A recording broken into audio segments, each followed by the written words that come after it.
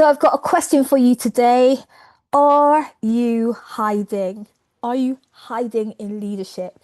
And it's inspired from my walk this morning. I was out in my morning walk, walking in the woods like I usually do, talking to God like I usually do in the morning. About you, I was praying about women in senior leadership all around the world. I was going inward and connecting with you. I was asking God to be with you as you lead. I was praying for wisdom and boldness in decision making, for your protection, especially for those of us that are working in hostile environments. I was praying for divine leading.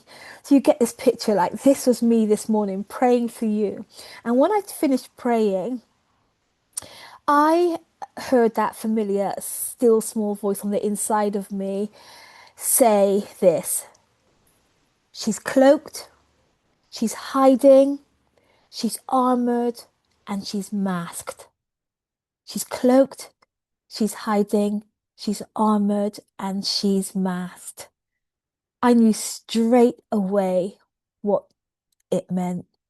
First of all, because I've been in all four of these states myself. I know these states intimately.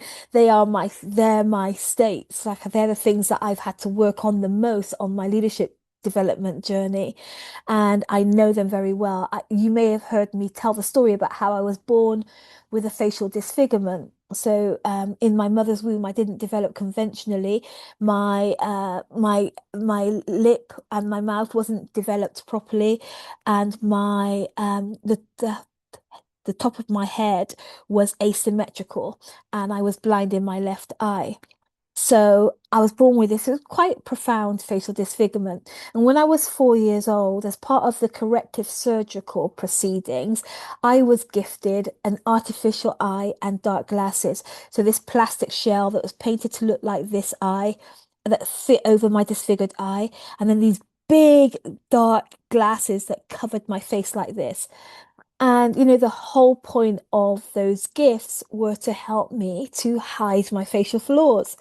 They were, I call them the beginning of my life behind the mask, because I learned really powerfully that if something's not right with you, if something's not normal, if something is different about you, then you need to put that thing away. You need to hide it, right? So hiding became part of my being, learning how to hide. I call it the beginning of my life behind the mask. And then that's how I lived my life. That's how I went about my day. I went to work, I went into school, I went to university, I lived my life behind the mask. Until 17 years ago, 2009, I had a week from hell that led me to my knees with my hands up in the air like this, crying out to God because things were not going right for me. And I had this conversation that changed the trajectory of my life. God asked me a question. It's the same question that I'm asking you now. The question is, Dion, why are you hiding? Dion, when are you going to show up for real?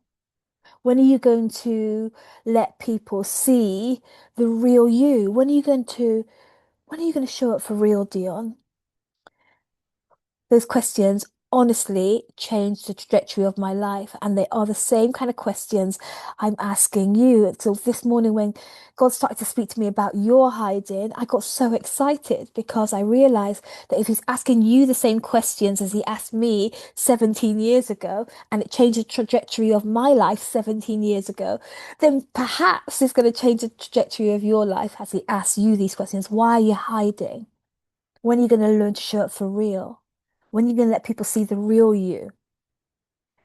As the questions came to me this morning, I saw and I understood that the cloak that he was talking about was this sort of cape thing that we use that was symbolic of concealing our backside, our past, right? And the hiding that he was talking to me about this morning, that was symbolic too. That was representing how we can be in a place physically while our soul is off somewhere else. I don't know if you've ever had that, but I know early on in my speaking engagement world, I used to do whole speaking engagements and then walk away thinking, I don't even know what I just said. Like I don't even have any memory of of actually giving the talk. That was because even though I was present in front of the audience, like my soul was sort of tucked away in the crevices of my being somewhere, like curled up in a ball, wishing for this thing to be over. Don't know if you've ever experienced that, but I I know that this morning when God was talking to me about hiding, it can really represent how we can be physically in one place where and then missing at the same time. And when he talked to me about armor this morning, I think that was talking about symbolically the full body protection that we can put on, that we can put on in leadership. This heavy burden of self-protection. We're like clothed from our neck down, like covered, our hearts are covered, our belly, our gut is covered, our lungs are covered, our private parts are covered. Like we're just armored up, right? And it can be so symbolic of the way that we try to protect ourselves. And when he talked to me this morning about mass, I'm convinced that these are symbolic of this concealment that we can have of our authentic expression. So I saw that this morning's download, this morning's revelation was really symbolic. And as I walked and talked with God further on this, a message began to download that this is why I'm making this video, because I want to share the message that downloaded as I walked. So I believe it's a message for us who are waking up to the realization that there is so much more for us to be as women and leaders and change makers. And here's the message. Come out wherever you are. Come out of hiding because there's need for the real you in leadership at such a time as this.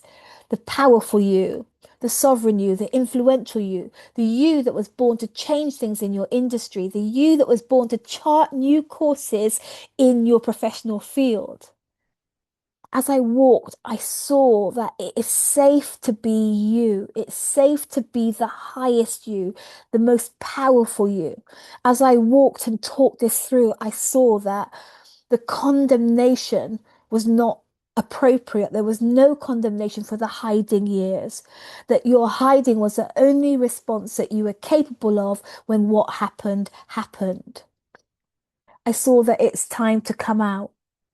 It's time to come out, that cloaks are no longer appropriate because rapid motion will displace the cloak. Let me tell you what I saw on this. I saw that you're about to be propelled forward in your professional life. That if you're who I think you are, that rapid promotion is about to come.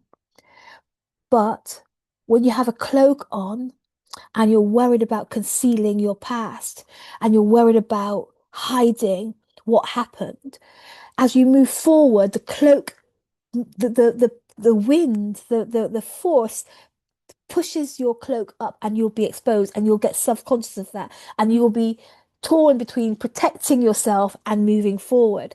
So this is why I feel the cloak has to go. The cloak has to go because that concealment will hinder you.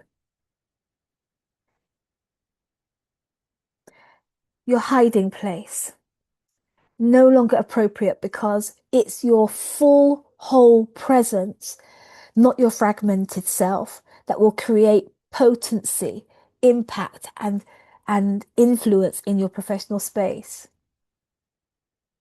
I saw that armor is no longer appropriate because your ability to connect and touch people is critical in this new leadership season ahead.